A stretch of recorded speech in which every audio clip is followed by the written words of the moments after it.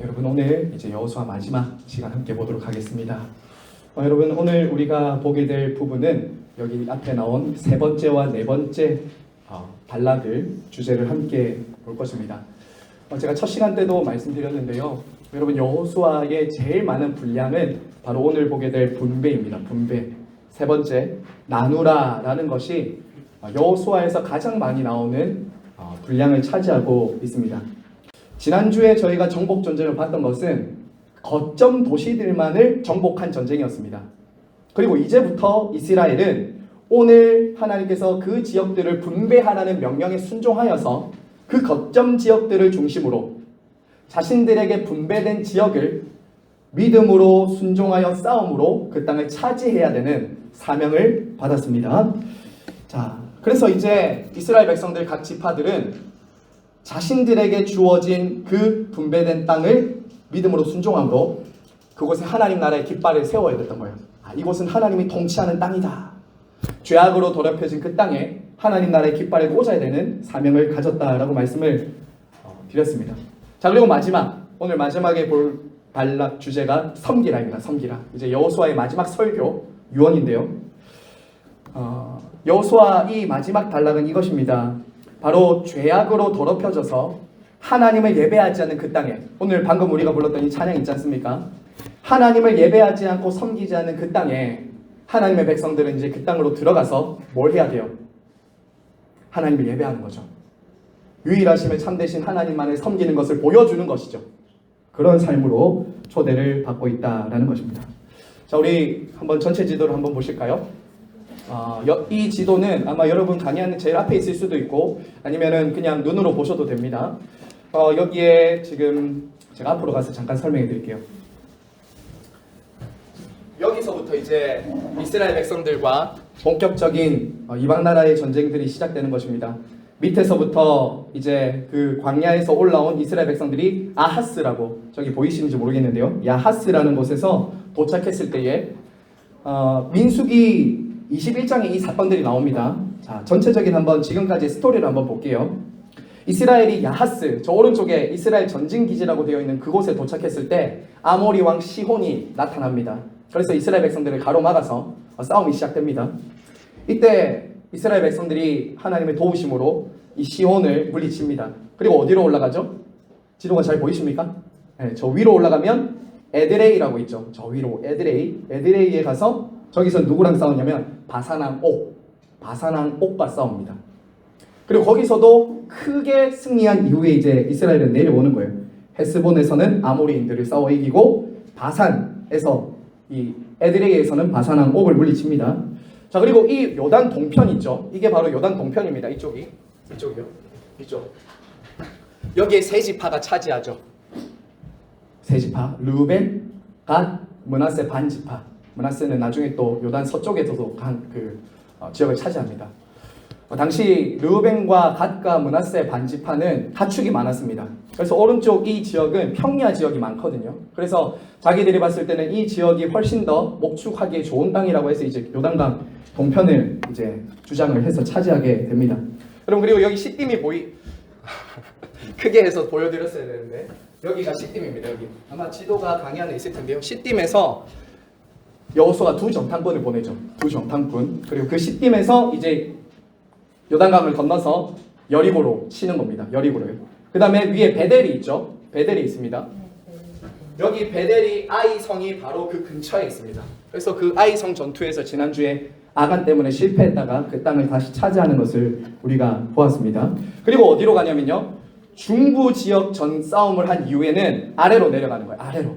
아래로 내려갔다가 다시 이제 올라가서 북쪽 시돈과 게데스와 저쪽으로 이제 차지하는 거예요.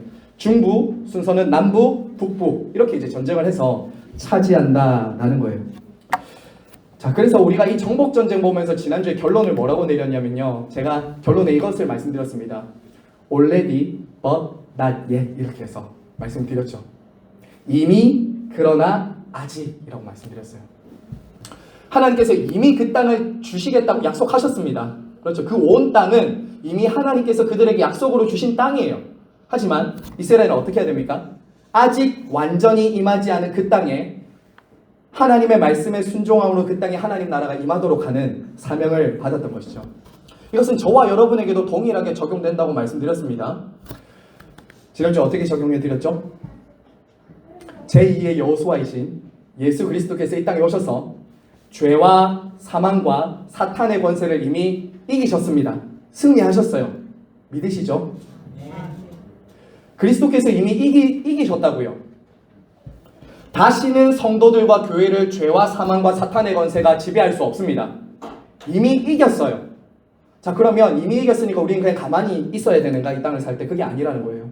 이미 이긴 그 전쟁을 성도와 교회는 믿음과 순종으로 자기를 부르신 그곳에서 하나님의 뜻에 순종함으로 그 전쟁을 해나가는 거죠.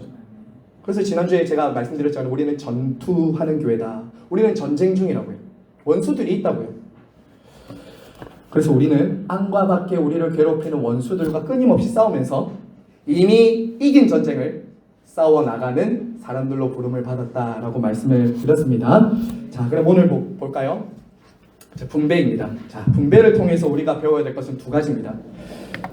하나님께서 분배하실 때 어떤 좀 특징을 가지고 분배하시냐면 나중에 조금 뒤에 보겠지만 제비뽑기 형식으로 땅을 분배하십니다. 지파마다. 자, 땅 분배에서 우리가 두 가지 기억해야 됩니다. 첫 번째는 이거예요. 땅은 하나님이 주신 뭐라고요? 선물이다. 첫 번째는 이걸 기억하세요. 그 강의 안에 제가 오늘 좀 추가했거든요. 첫 번째 이겁니다. 우리 한번 따라서 해주세요. 땅은 하나님이 주신 선물입니다. 선물이에요. 땅은 하나님이 주신 선물이라고요. 하나님이 먼저 분배했습니다. 너희들이 차지하기 전에 하나님이 먼저 각 지파마다 어디를 차지해야 될지 다 정해주셨다고요. 자, 이것은 무엇을 의미하는 거예요? 하나님이 이미 선물로 그 땅을 주었다는 겁니다. 여러분, 그래서 각 지파들은 하나님으로부터 자신들이 살아가야 될 터전을 선물로 받은 거예요. 선물로 받았어요. 이제 각 지파들은 하나님께 선물로 받은 그 땅을 믿음과 순종으로 차지하면 되는 거예요. 여러분, 이러한 인식이 저와 여러분들에게도 살아있어야 됩니다. 그래야지 하나님의 주권과 삶의 의미가 살아나기 시작해요. 제가 조금 더 구체적으로 설명드리겠습니다. 여러분, 나의 가정, 여러분의 가정, 여러분의 자녀들, 여러분의 일터는 하나님이 주신 선물입니다. 우리에게 하나님이 주신 선물이라고요. 성도는 이러한 고백이 살아있는 사람들이 성도입니다. 내가 잘해서, 내가 수고해서, 내가 잘나서, 내가 열심히 했기 때문에 내가 노력의 대가로 하나님께 받은 것이 아니라 이미 하나님이 나에게 선물로 은혜로 주셨다는 것을 아는 사람들이 성도다라는 거예요. 예수님을 믿고 달라지는 고백은 이런 것이죠. 내가 잘해서 내 것이 아니라 하나님이 은혜로 주셨다라는 것이 깨달아지기 시작한다는 것이죠. 여러분, 이러한 고백이 있어야 되지 않겠습니까? 그래야 내가 주인 노릇 안 할 수 있어요. 그래야. 하나님이 나에게 선물로 은혜로 주셨기 때문에 누가 주인 되심이 드러나야 됩니까? 하나님이 주인 되심이 드러나야 됩니다. 하나님이 다스리시도록 해야 된다라는 거죠. 자, 그리고 두 번째는 이것입니다. 땅은 하나님이 주시는 안식이다라는 거예요. 한 번 더 받아서 해주실까요? 땅은 하나님이 주시는 안식이다. 저 위에서 말씀드렸죠. 온 땅을 하나님이 주신 거기 때문에 선물이라고 했고요. 그리고 두 번째는 하나님이 그 땅을 주신 이유는 안식하도록 주신 거예요. 안식하도록. 여러분, 이거 꼭 기억하셔야 됩니다. 여러분, 성경이 말하는 안식이 뭘까요? 성경이 말하는 안식은 그냥 좋은 곳에 가서, 휴양지에 가서 그런 편안한 곳에 안락하게 누워서 쉬는 게 아닙니다. 모기 한 마리도 없는 곳에 편안히 누워서 그냥 안전하게 쉬고 누리는 게 아니에요. 성경이 말하는 안식은 이것입니다. 하나님의 통치와 다스림 안에서 있는 상태. 하나님의 통치와 다스림이 온전히 임하는 그곳에 안식이 있어요. 여러분, 이러한 안식의 원형이 어디였죠? 바로 밑에 있죠? 에덴 동산이었어요. 에덴 동산.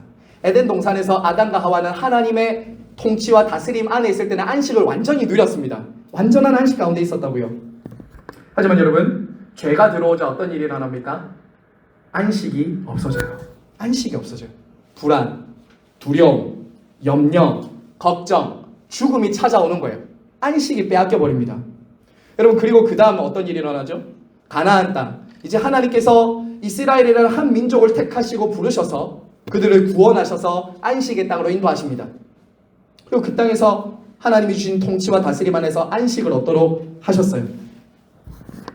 하지만 또 어떤 일이 일어나죠? 그들의 죄악으로 그 땅에서도 안식을 오래 못 누립니다. 우리가 지난주부터 우리가 계속 느헤미야 보고 있지만 그들은 그들의 죄악으로 인해서 그 안식을 또 빼앗겨요. 그래서 여러분, 하나님께서 이 땅의 안식을 잃어버리고 죄악으로 말미암아 끊임없이 빼앗기고 불안해하고 죽어가는 당신의 백성들에게 안식 주시고자 누구를 보내십니까? 예수 그리스도를 보내시죠. 그래서 제가 말씀드렸잖아요, 지난주에. 하나님 예수 그리스도께서 오셔서 선포하신 복음이 뭐였어요? 안식의 복음이었어요. 내가 너희를 쉬게 하리라. 예수님 안에 있을 때만 사람은 진정한 안식을 얻을 수 있는 것이죠. 여러분, 그래서 성도와 교회가 하나님의 다스림을 받고 있다는 제일 중요한 증거가 뭔지 아십니까?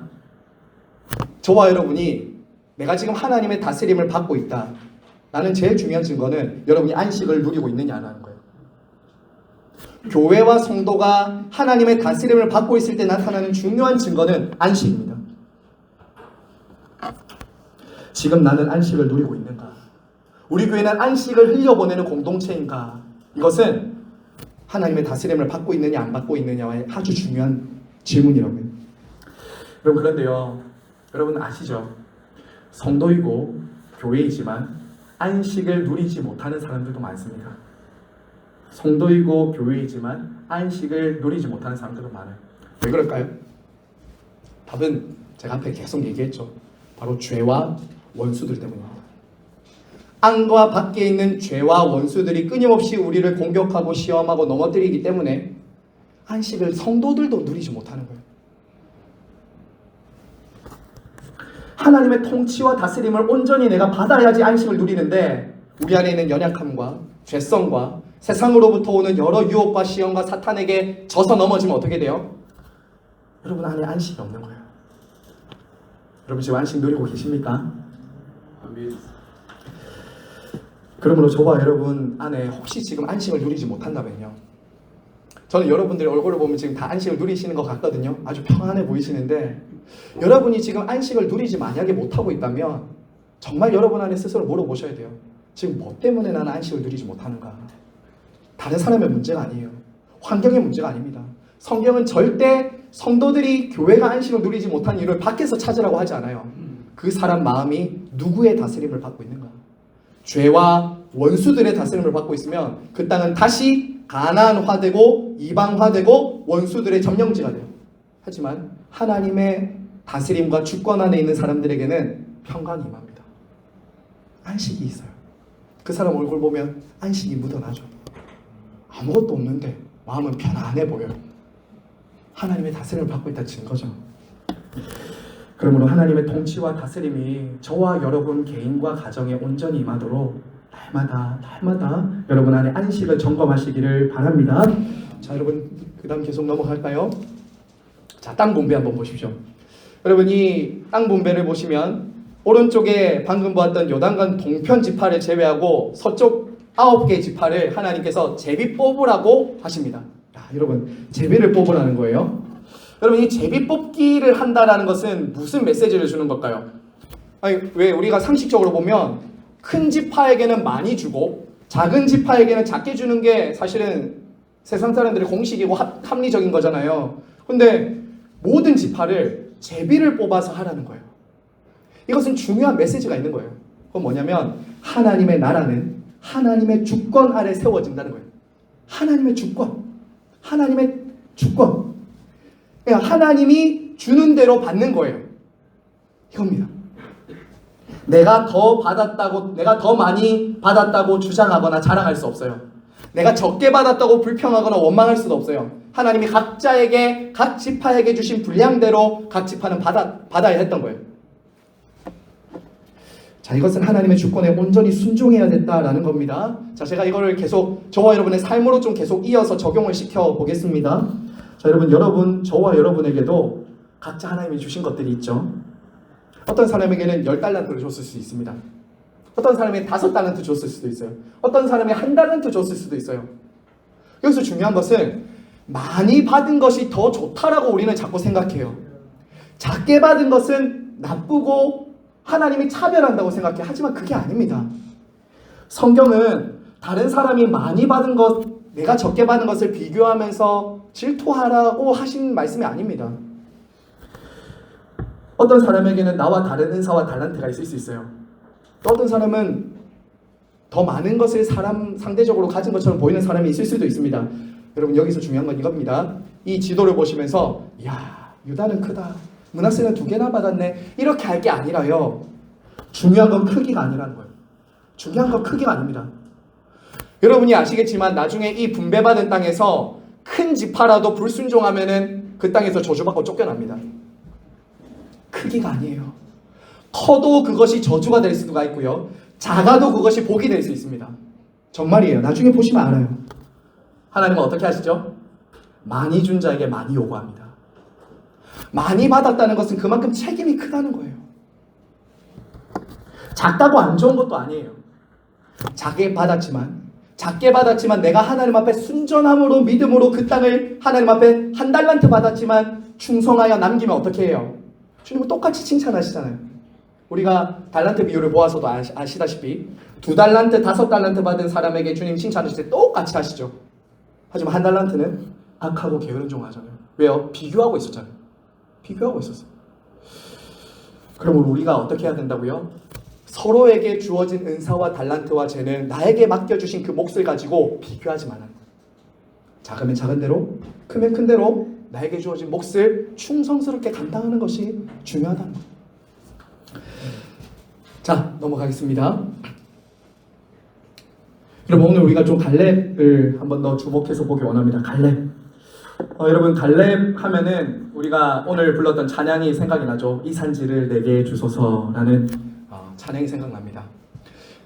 갈렙은 유다 지파의 사람이었습니다. 유다 지파 중에서 갈렙이 요구한 것이 무엇이냐면요, 아낙 자손들이 살고 있는 헤브론 땅을 주장합니다. 헤브론 땅. 자, 그런데 이 헤브론을 하나님 여호수아에게 달라고 할 때가 언제였냐면 45년 전, 40대 때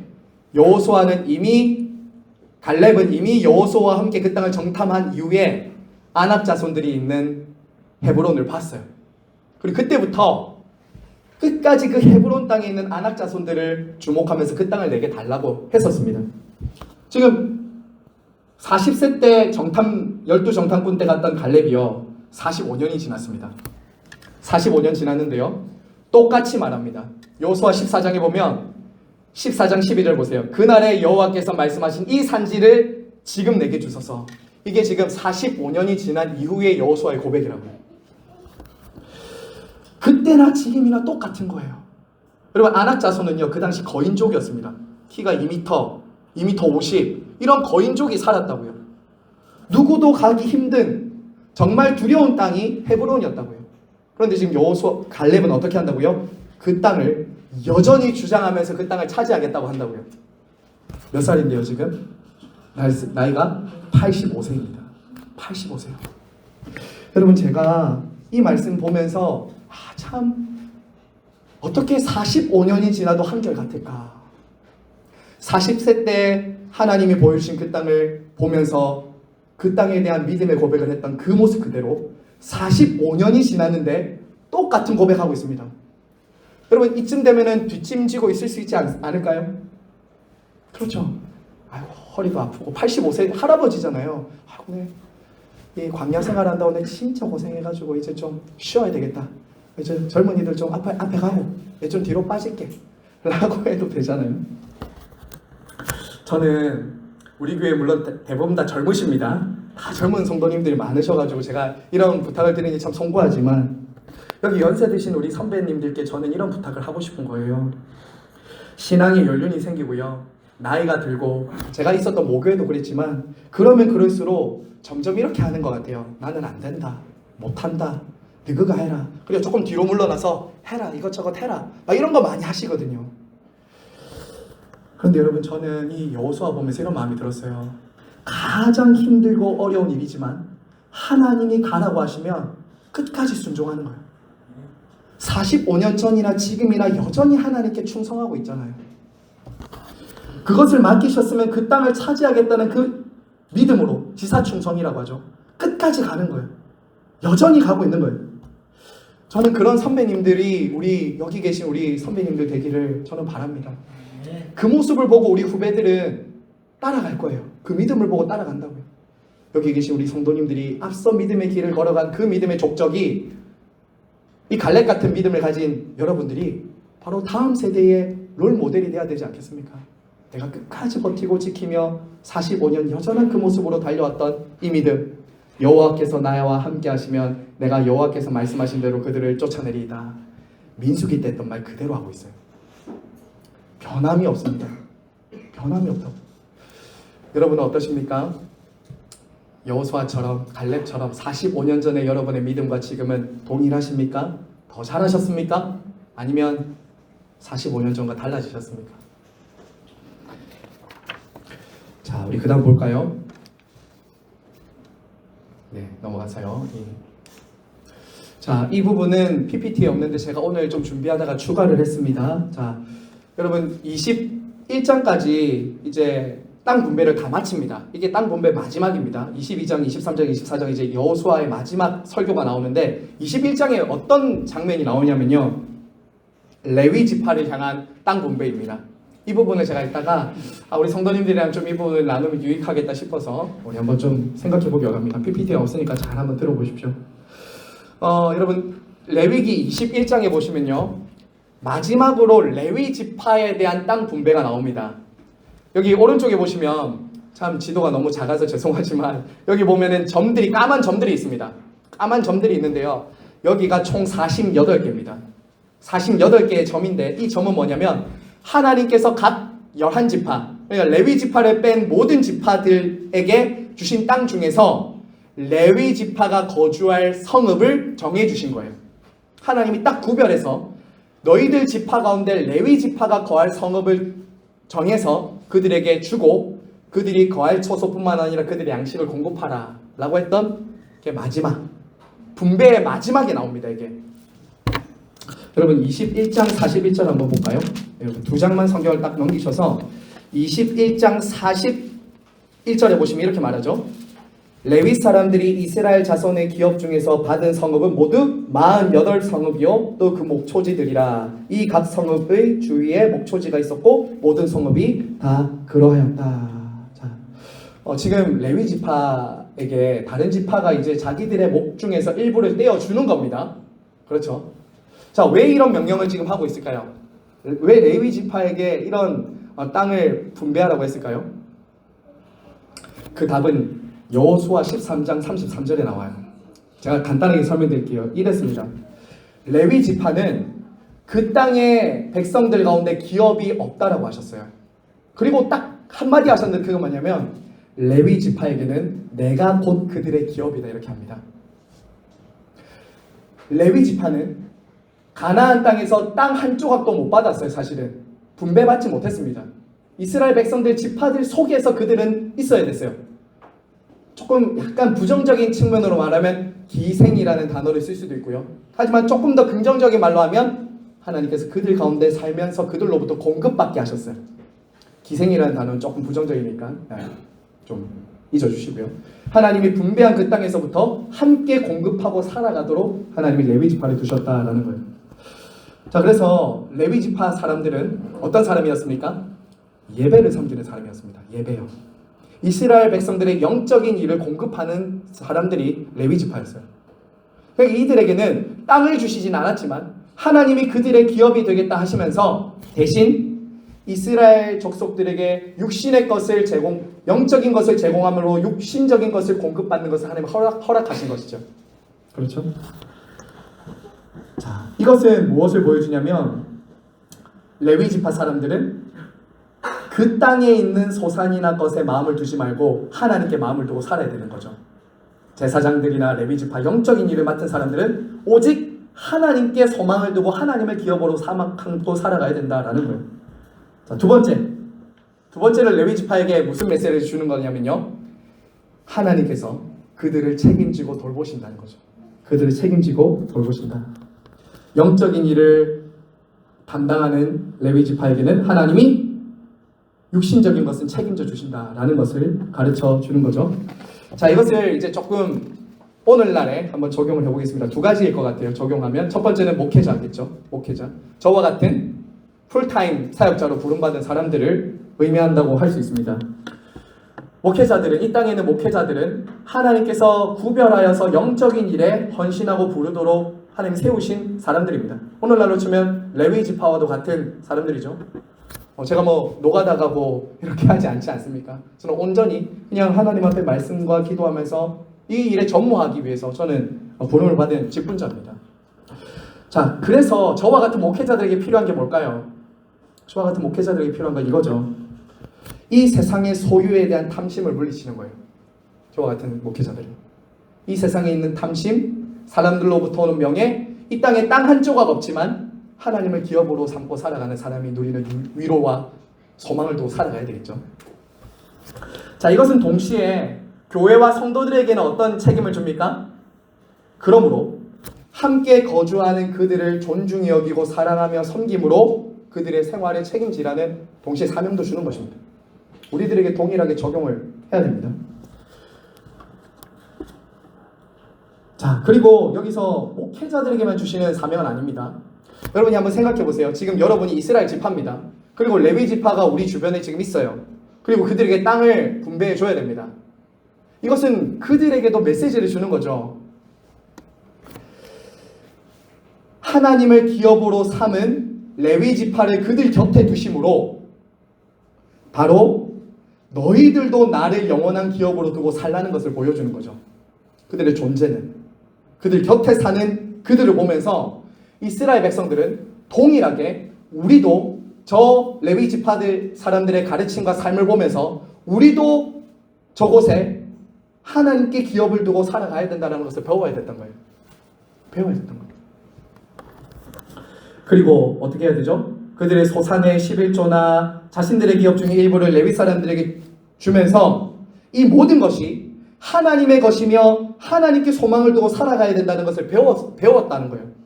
레위 지파가 그들에게 있었던 것은 그들을 위함이기도 했어요. 레위 지파가 거지가 아닙니다. 그냥 가난한 사람들이라서 하나님이 그들을 그렇게 택하시고 그들 곁에 두신 게 아니에요. 그들도 그들 곁에 사는 레위 사람들을 보면서 그들을 향한 삶을 책임지고 돌보면서 하나님이 저들을 통해서 우리에게 당신의 주인됨을 가르쳐 주시고 하나님께 기업을 두고 살라는 것을 알려주신다는 거예요. 알려주신다. 그러므로 성도는 어떻게 해야 됩니까? 저와 여러분도 거룩하게 구별된 레위인과 같은 사람들입니다. 어떤 목회자만 적용할 게 아닙니다. 저와 여러분도 마찬가지예요. 성도의 또 다른 이름은 무엇입니까? 네, 한번 받아서 해주세요. 하나님을 소유한 사람들입니다. 여러분 하나님 소유하셨죠? 예수 그리스도 안에서 여러분 하나님을 소유하셨죠? 그럼 저와 여러분의 기업은 어디 있습니까? 이 땅이 아니라고요. 레위인만 이 땅에 기업이 없는 것이 아니라 사실은 저와 여러분도 이 땅에 기업이 없어요. 땅 한 조각도 우리는 가지고 갈 수 없습니다. 우리는 다 하나님께 속했고 하나님의 것이라는 것을 주장하면서 살아가야 돼요. 하늘의 소망을 두고 살아가야 돼요. 레위 사람들만이 아닙니다. 목회자들만이 아니에요. 여러분들도 그렇게 살아야 돼요. 그들 가운데 있는 레위인들을 섬기고 도우면서 우리 땅은 우리 것이 아니라 하나님 것이지. 그들을 섬기면서 우리는 저들처럼 우리도 하늘의 기업을 두고 살아가야 되지라고 배워야 됐던 거예요. 그러므로 저를 위해 기도해 주셔야 되겠죠. 목회자들을 위해 기도해야 되겠죠. 세상적이고 물질적인 것에 사로잡혀서 성도들을 시쫓지 않도록 여러분들도 기도하셔야 되겠죠. 왜 우리가 모든 것을 가졌냐면요. 하나님을 가졌다는 것은 모든 것을 가진 것입니다. 하나님을 가졌다는 것은 모든 것을 가졌다는 거예요.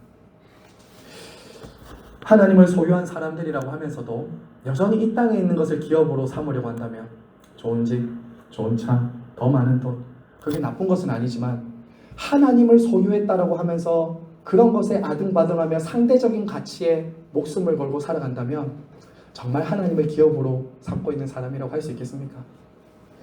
하나님 얼마나 안타까워하실까요? 자, 그러므로 우리는 레위 지파처럼 우리 주변에 있는 그런 연약하고 작은 미자립 교회 목회자들을 위해서 기도하고 섬겨야 되겠지만 저와 여러분도 마찬가지로 동일하게 하나님, 저도 레위 지파처럼 하나님께 딱 기업을 두고 저도 그렇게 살기 원합니다 라고 우리는 그렇게 살아가야 한다는 것입니다. 자, 우리 마지막 볼까요? 자, 이제 마지막입니다. 여호수아의 마지막 유언과 설교가 22장부터 24장입니다. 땅 분배를 마무리하고 하는 것이 두 가지인데요. 하나는 여호수아의 유언이고요. 하나는 언약갱신입니다. 언약갱신이에요. 자, 여러분, 여호수아가 먼저 하는 말은 이것입니다. 23장 6절에 보시면 이런 말을 합니다. 너희가 모세의 율법책에 기록된 것을 다 지켜 행하라. 그것을 떠나 좌로 우로나 치우치지 말라라고 합니다. 여러분, 이 마지막 모세의 설교는 모세가 아니라 여호수아의 설교는 여호수아 1장을 생각나게 하죠. 여호수아 1장 7절은 어떻게 했죠? 동일하게 오직 강하고 극히 담대하여 모세가 내게 명령한 그 율법을 다 지켜 행하라. 이게 하나님이 여호수아에게 주셨던 말씀이었잖아요. 근데 지금 그 말을 여호수아가 지금 누구한테 하고 있습니까? 백성들에게 하고 있죠. 여러분, 이것을 문학 용어로 뭐라고 하냐면 수미상관이라고 하죠. 여호수아 1장에 나왔던 오직 극히 강하고 담대하여 모세의 율법을 지켜 행하라 1장에서 나왔죠. 23장에서 여호수아가 끝나는 때 똑같은 말이 지금 똑같이 반복되고 나오죠. 이것은 무엇을 말해줍니까? 여호수아 1장과 여호수아 끝은 모세의 율법에 기록된 대로 다 지켜 행하라는 하나의 굉장히 중요한 주제가 관통하고 있다는 거예요. 그리고 더 중요한 게 뭔지 아세요? 여호수아가 그렇게 살았다는 거예요. 여호수아가 그렇게 살았다는 거예요. 여호수아가 그렇게 사는 삶을 마지막 그들에게 설교하고 있는 겁니다. 저는 이 마지막 이 여호수아서를 마무리하고 쭉 읽으면서 이런 질문을 저에게 했어요. 나는 마지막에 어떤 유언을 남겨야 될까? 여러분, 혹시 유언장 써보신 적 있으세요? 유서. 나는 마지막으로 우리 자녀들에게 어떤 말을 남기고 이 세상을 떠나야 될까? 내가 자녀에게 남겨야 될 말은 뭘까? 근데 제가 말씀드렸잖아요. 말뿐만이 아니라 여호수아는 실제로 그렇게 살고 메시지를 남겼다고요. 자기를 관통한 말씀이었습니다. 자기를 관통한 말씀이었어요. 여러분, 누군가가 여호수아의 삶을 딱 해석하고 한 문장으로 하면 이거였던 거예요. 그는 모세의 율법에 좌로 우로 치우치지 않고 순종했더라. 이게 여호수아의 삶을 설명하는 한 문장이었습니다. 1장에서 그랬고 23장에서 지금 그런 거예요. 여러분을 누군가 떠올렸을 때에, 왜 우리는 죽음 이후에 그 사람을 장례식장 가면은 평가한다고 하지 않습니까? 그렇죠. 누군가가 내 삶을 딱 떠올렸을 때 말씀 한 문장이 떠오를 수 있는 그런 선명한 사람이 되면 얼마나 행복할까요? 우리 자녀들이, 우리 후손들이 나를 기억할 때 우리 아빠는 말이야, 우리 엄마는 말이야, 하나님의 말씀이면 좌로나 우로나 치우친 적이 없어 라는 것을 우리 자녀들이 보고 배울 수 있다면, 혹시 여러분 반대로요, 우리 자녀들이 저와 여러분의 모습을 보았을 때 우리 엄마는 말이야, 우리 아빠는 말이야, 하나님 말씀이 아니라 좌로 우로나 너무나도 많이 치우치는 것을 보여주셔 라는 이야기로 들으면서 반면교사가 되어서는 안 되겠죠. 반면교사가 되어서는 안 되겠죠. 여호수아는 1장에 처음 부름받았을 때부터 죽기 직전까지 모세의 율법을 다 지켜 행하면서 그 한 문장을 남겼다고요. 말만이 아니라 삶으로 남겼습니다. 그럼 우리 자녀들에게 이 신앙과 말씀 전수에 있어서 제일 중요한 것은 내가 그렇게 행하면서 가르치는 거예요. 행하면서 가르치는 겁니다. 여호수아가 지금 하는 마지막 일은 이것입니다. 신앙 전수예요. 다음 세대로의 신앙 전수. 이게 지금 여호수아가 마지막 핏대를 올리면서 주장하고 있는 거라고요. 여러분은 믿음의 정면교사가 되기를 바랍니다. 반면교사가 아니라 정면교사가 되셔야 됩니다. 자, 이제 그리고 여호수아가 하는 것은 무엇이냐면 언약을 맺습니다. 자기 백성들을 다 불러서는 언약을 맺죠. 여러분, 그 언약을 맺는 곳이 장소가 어디입니까? 어디에 지금 이스라엘 지파를 다 모읍니까? 세겜입니다. 여러분 세겜이 어떤 땅이죠? 세겜. 하나님과 아브라함이 언약을 맺은 곳입니다. 하나님과 아브라함이 언약을 맺었던 곳이에요. 내가 너의 자손들을 하늘의 별처럼 땅의 바다의 모래처럼 많게 해주겠다고 약속하신 그 땅으로 지금 온 거예요. 누가요? 여호수아와 이스라엘 백성들이요. 야, 이것은 뭘 보여주는 거예요? 하나님의 약속은 이처럼 신실하게 이루어지는구나. 이거죠. 결국 하나님의 약속이 남는 거예요. 하나님의 말씀하신 대로 행하셨더라 하는 거죠. 여러분, 그리고 여호수아가 여기 와서 자기 백성들과 언약을 맺으면서 하는 그 설교의 주어를 한번 보세요. 하나님의 말씀을 전하면서 모든 것이 하나님 중심적인 설교입니다. 하나님 중심적인 삶의 해석이에요. 내가 택했다, 내가 주었다, 내가 보냈다, 내가 이끌었다, 내가 넘겨주었다, 내가 구원했다, 내가 주었다. 모든 것이 하나님 중심적인 해석과 설교라고요. 하나님이 신이 도우시고 이끄신 역사였고 아브라함에게 주신 약속을 성취하신 역사였다라는 거예요. 주 안에서 사랑하는 시내가의 시민교회 성도 여러분, 여러분 그거 아시죠? 이런 인생의 주어의 변화는 여호수아것만이 아닙니다. 저와 여러분도 자기 자신에 대해서는 할 말이 없는 사람들이에요. 여러분 갈라디아서 1장에 보면요, 사도 바울이 이렇게 자기를 소개합니다. 전에는 내가 사람들을 박해하고 죽이고 핍박하는 사람이었지만 그러나 이제는 나를 구원하신 그 하나님으로 인해서 주어가 바뀌어요. 갈라디아서 1장을 보면요, 그때부터 사도 바울은 자기라는 주어가 없어져요. 다 주께서, 주가, 하나님이. 제가 지금 드리는 말씀 이 말씀입니다. 여호수아도 자신의 삶을 해석하고 드러낼 때 자기를 한마디도 주장하지 않습니다. 이스라엘의 삶을 해석하고 그들에게 설교할 때도 자기를 다 뺀다고요. 여호수아만큼 수고한 사람이 어디 있습니까? 그렇죠? 모세만큼 수고한 사람이 어디 있습니까? 그렇죠? 그런데 말입니다. 하나님은 모세와 여호수아에게 자신의 자리를 주지 않으세요. 모든 것이 하나님이 행하셨고 하셨습니다 밖에 안 남는다고요. 저와 여러분의 삶이요, 저와 여러분의 교회를 섬기는 일이요, 자기는 다 빠져야 돼요. 나는 없어요. 여기 여호수아가 제일 많이 자기를 주장할 수 있지 않겠습니까? 여호수아는 자기를 주장하지 않는다. 하나님께서, 주께서, 이게 진실한 성도들의 입술에서 나와야 되는 고백입니다. 교회를 섬기면 섬길수록 자기는 빠져야 돼요. 자기는 없어져야 돼요. 목사도 없어져야 돼요. 직분자도 없어져야 돼요. 하나님만 그 중심의 자리에 서야 될 줄로 믿습니다. 우리는 다 빠져야 돼요. 1인칭 주어에 저와 여러분을 두지 마세요. 하나님만 두십시오. 하나님만 두세요. 자, 그리고 유명한 말 한마디 하고 마무리하죠. 자, 우리 밑에 오늘 읽었던 24장 15절은 같이 한 번 더 읽을까요? 24장 15절입니다. 시작. 보이거든. 너희 조상들이 강 저쪽에서 섬기던 신들이든지 또는 너희가 거주하는 땅에 있는 아모리 족속의 신들이든지 너희가 섬길 자를 오늘 택하라. 오직 나와 내 집은 여호와를 섬기겠노라. 제가 왜 이렇게 좀 비장하게 말하냐면요, 여러분 설교자가 이 앞에 섰을 때 본문을 잘 해석하고 적용하는 것도 중요하지만요, 설교를 할 때 제일 중요한 것 중에 하나는 이 당시 이 메시지를 전하고 있는 사람의 마음과 심정을 전하는 거라고 저는 생각합니다. 여호수아는 굉장히 지금 비장한 거예요. 여러분 죽잖아요, 이제 곧 있으면. 죽기 전에 마지막 말을 한마디 토해내고 있는 게 뭐냐면 오직 나와 내 집은 여호와를 섬기겠다.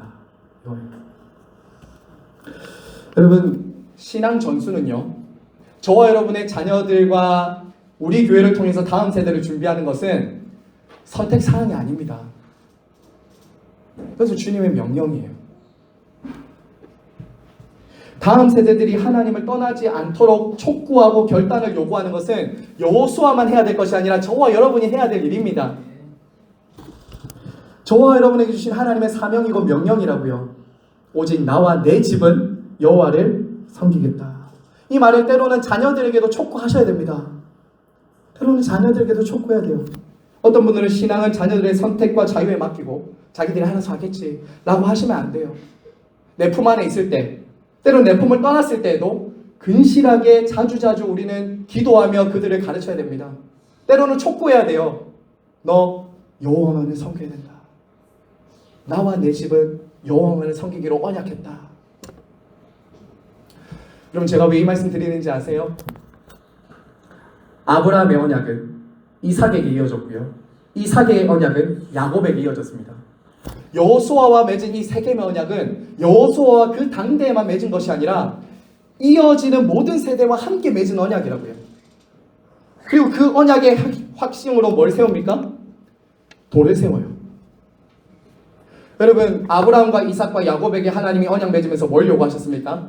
할례를 요구합니다. 유아세를 왜 받습니까? 부모의 언약이 자녀들에게 전수된다는 것을 표하고 인치는 게 유아세례예요. 부모의 믿음은 부모로만 끝나는 것이 하나님이 원하시는 것이 아닙니다. 절대로 그렇지 않아요. 그 자녀들과 함께 맺은 언약이라는 인식이 저와 여러분에게 살아 있어야 됩니다. 살아 있습니다. 그러기 위해서는, 우리의 믿음이 제일 잘 전수되기 위해서는 이거죠. 부모님이 먼저 오직 여호와만을 섬기셔야 됩니다. 나부터 먼저 섬겨야 되죠. 나부터 먼저 하나님 믿고 섬겨야 되죠. 그리고 그것이 본이 되면서 자녀들을 가르쳐야 되는 거예요. 그리고 여러분, 부탁을 드립니다. 제가 왜 이 말씀을 드리냐면, 여호수아는 지금 결단을 촉구하고 있다고요. 너희들이 만약에 하나님을 섬기는 것이 좋지 않게 보이거든 가나안 저쪽으로 가서 가나안 신들을 섬기든지 아니면 요단강 저편에서 애굽에서 믿었던 신들을 섬기든지 너희가 선택해라. 하지만 나와 내 집은 여호와를 섬기겠다는 말은 뭐예요? 결단을 촉구하는 거예요. 때로는 선명한 이정표를 제시해 주는 거예요. 내가 이렇게 살아왔으니까 너희가 이 삶을 따라 살아야 된다라고 때로는 결단을 요구해야 되는 거죠. 왜냐하면 이것은 생사가 달린 일이기 때문이에요. 영원한 안식과 이어진 일이기 때문입니다. 이것이 잘 안 될 때 어떻게 됐어요? 우리가 다음 주에 보겠지만 사사기로 넘어가는 거예요. 다른 세대가 이어지는 거예요. 다른 세대.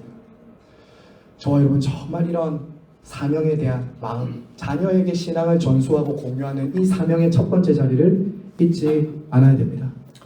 자, 이제 말씀을 맺습니다.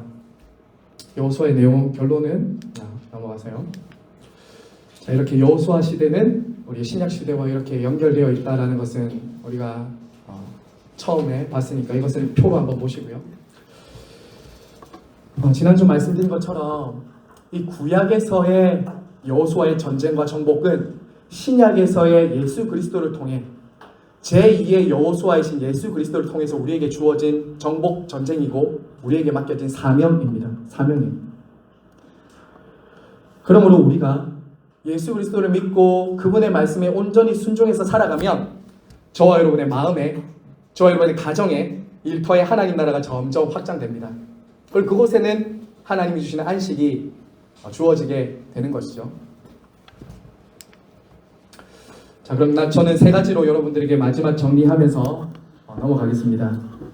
누가 약속의 땅을 차지하고 들어가게 됩니까?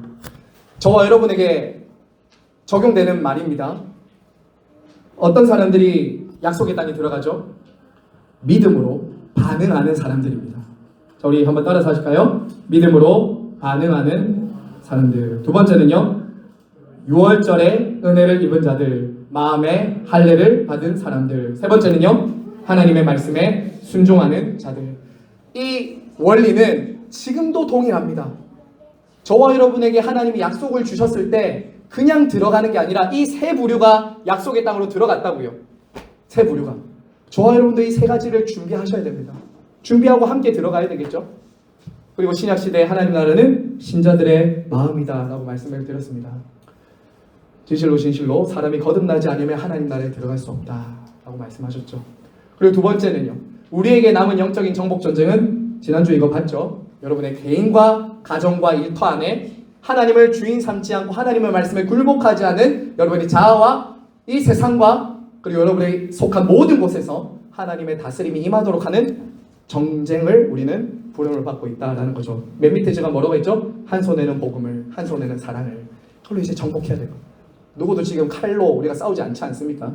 한 손에는 복음, 한 손에는 사랑으로 저와 여러분에게 속한 곳을 하나님 나라로 점점 세워가는 사명을 감당해야 됩니다.